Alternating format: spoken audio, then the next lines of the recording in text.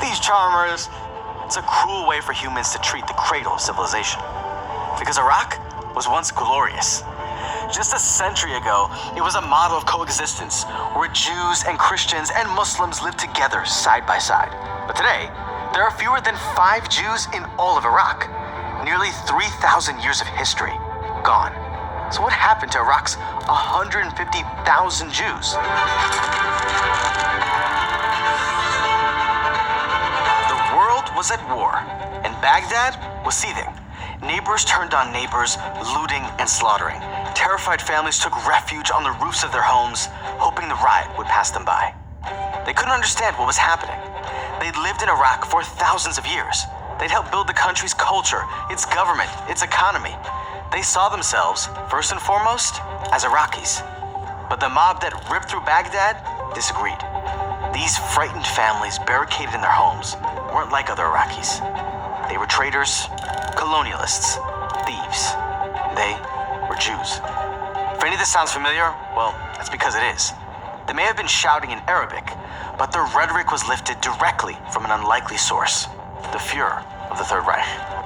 The Holocaust had come to Iraq, and it was the beginning of the end for the country's Jews. But our story doesn't start in 1941.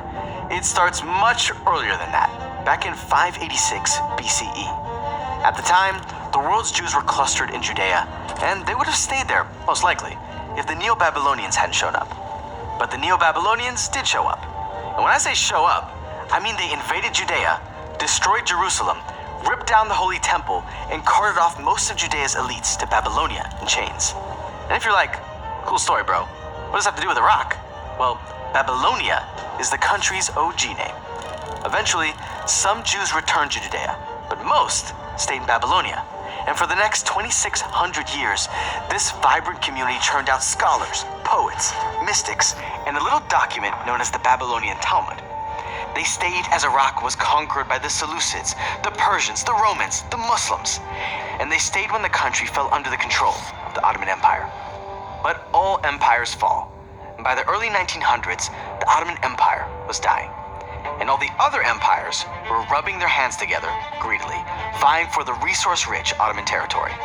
It was the British Empire that ultimately won control of the country, and they wasted no time installing a king of their choosing.